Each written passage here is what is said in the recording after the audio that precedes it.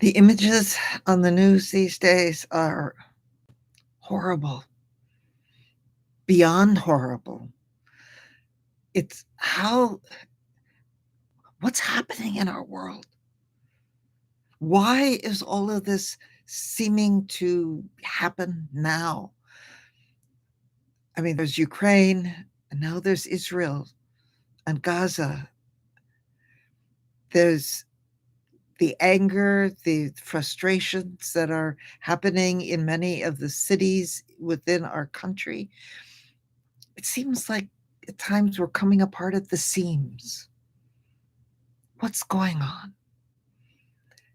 I don't pretend to have all of the answers, but as I've listened to some of the people on various news stations lately who have loved ones who are missing in Israel after the attacks by Hamas and missing, presumed to be hostages, perhaps, or they know that loved ones were killed just in their own homes. Students young adults at a music festival, doing nothing but having a good time. And even a family where the husband and wife were killed and they had sent their 3 children to a school where they learned Arabic as well as Hebrew. And in order to try and create bridges and build bridges for a more peaceful future, the parents were killed in their own home. And their one son was injured, shot. As I've listened to these stories and to the unknowns that these people are facing, and even to the reality that people in a war zone, whether it's Israel, the Gaza Strip, Ukraine, or other places where there's conflict going on, including in the cities within the United States at times when there's gunfire and you don't know who shooting or where or why, that this is the pain that's there and the anguish of why what's fueling this, why now. I don't have all of the answers, but as I've listened, I've realized that there's something that as human beings we do that no other creature does. We lash out at one another.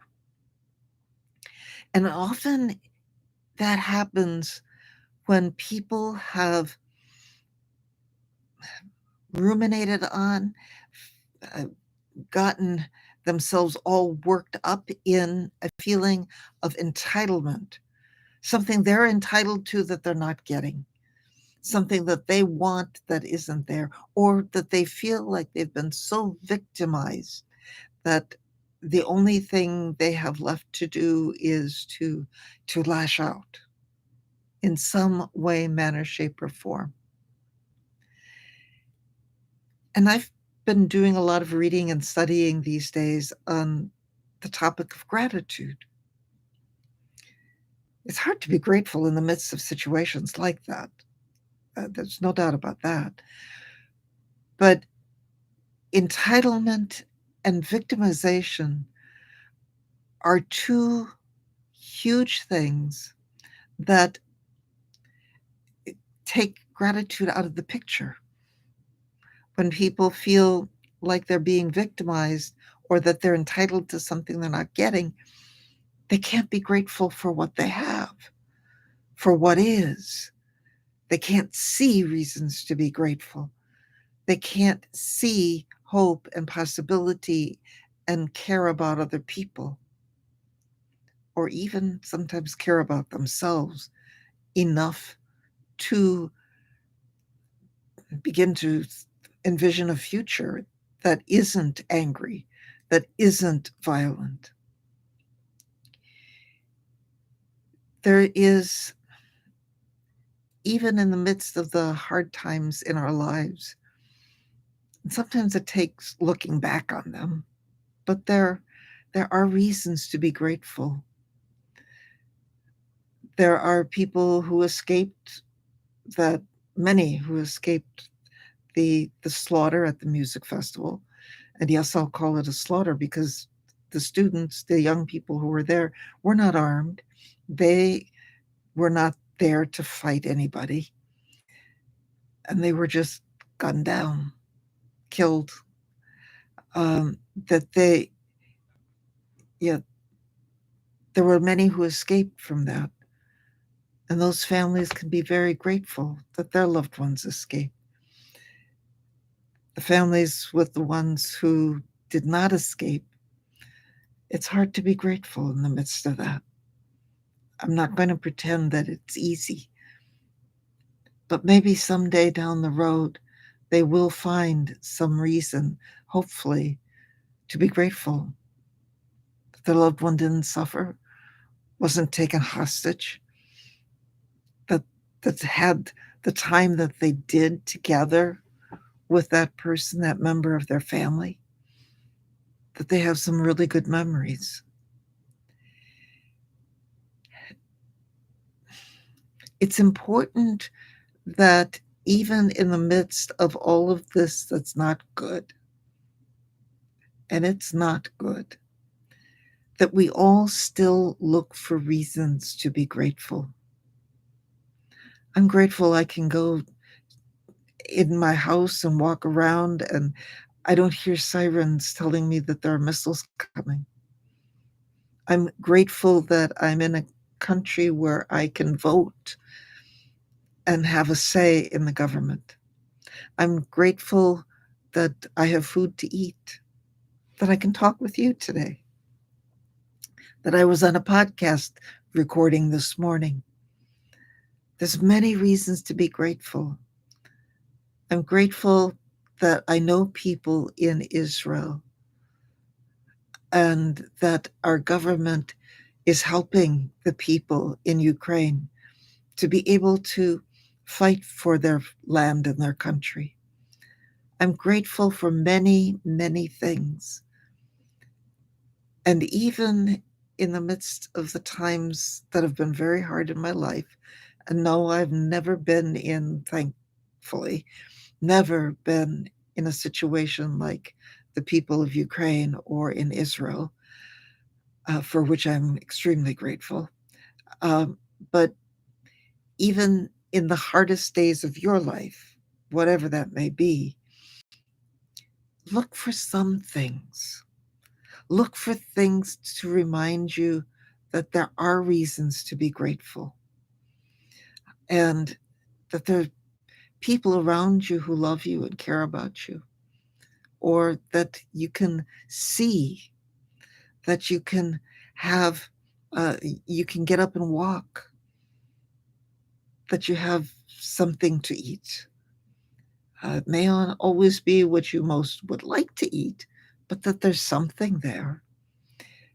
Look for the ways in which you can be grateful and realize that, you know, we're not entitled. We're entitled to respect, yes, from being respected by others, to having our our bodies and everything be respected by other people. But there's so many other things in life that we're not entitled to. That you know, we're not entitled to have a job. We're not entitled to a certain amount of income. There's no guarantees for that. We can work for it. We can uh, do things in order to try and have the things we would like to have in life, but that doesn't mean we can go take from other people. And when we feel like we're a victim, think about that. Are there things that we are doing that uh, contribute to that?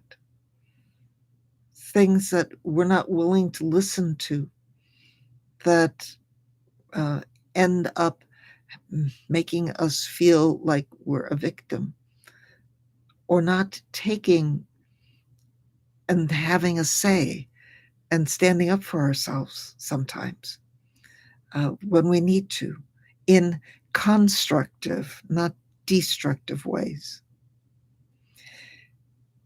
Now, thinking, entitlement and victimhood, they seem like easy answers and reasons for what's going on.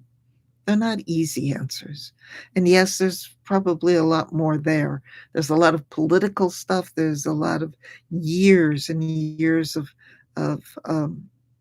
thinking and um, understanding things in one way on both sides of the coin that have led the people to be in the place where they are today. And part of that is the victimization, feeling of being victimized, feeling of being entitled to something that you don't have. So those are not easy answers, but they may help us understand a little bit. And think about that when you feel entitled or feel a victim. Think about where those feelings and thoughts are leading you. They're not going to be they're not going to be constructive.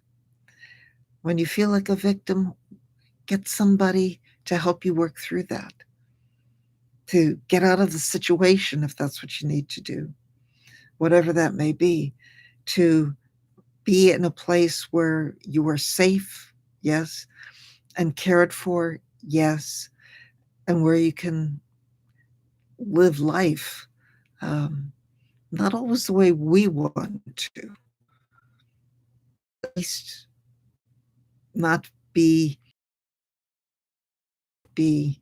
put down all the time, but to be a human, respect yourself and respecting others too. I don't have an easy answer to solve the situation in Israel with Hamas or the Palestinian people. I know there are many sides to that, and I could speak more on that issue at some point. I've been to Israel and seen some of the conditions that the Palestinian people live in and with. Not good. Um, but the way that Hamas is trying to solve this is not good either. So there's much more to these stories, but it feels like entitlement and feeling victimized is part of what's going on here. So beware of those feelings in you. And when you have them, as we all might at times, when you do have them, one of the ways to help deal with that is to look around and see what you can be grateful for, even in the midst of the situation you're in. Is there something, anything that you take for granted that you haven't looked at before in that way that you can be grateful for? And so do your best to practice gratitude today and every day, to find the good things in yourself and in each other and in life, and then to share those with other people. That's one way that we can make a difference in how and what's happening in this world today, by being grateful. And because gratitude is contagious, by the way, and it's a good thing to spread. It's very contagious, and in the best of ways. So your gratitude expressed to others and for others helps everything in this world helps that person, helps you, gets passed on to other people. You are a pebble in a pond, but there are many, many, many of us. And the little bits of gratitude we put into this world will make a difference. And it might even be a little bit more than just a little bit. So I'm grateful for you. I'm grateful for the possibilities that, yes, there will be and can be a peaceful settlement and resolution of the conflict that's there. It is possible. Not easy to get there, but it is possible. And I join with so many around this world praying for the people who are held hostage, praying even for the Palestinian people who are not in Hamas and who are suffering terribly for what Hamas is doing.